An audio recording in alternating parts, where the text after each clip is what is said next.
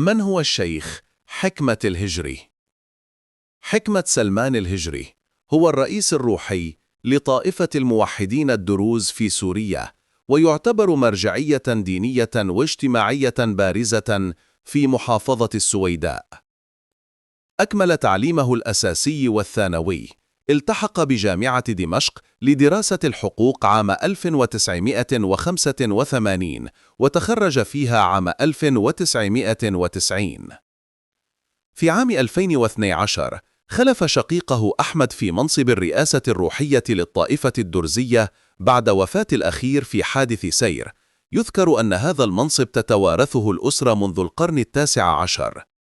بعد سقوط نظام الأسد في 8 ديسمبر 2024 دعا الشيخ الهجري إلى حوار وطني شامل تحت إشراف دولي للوصول إلى حكومة انتقالية تمثل جميع أطياف المجتمع السوري.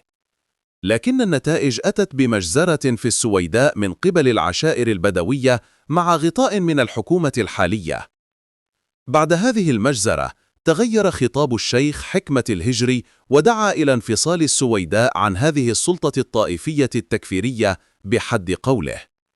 لعب الإعلام العربي والسوري دورا مهما بقلب صورة الشيخ حكمة الهجري من بطل قومي ومرجعية دينية إلى معاد للسلطة الحالية.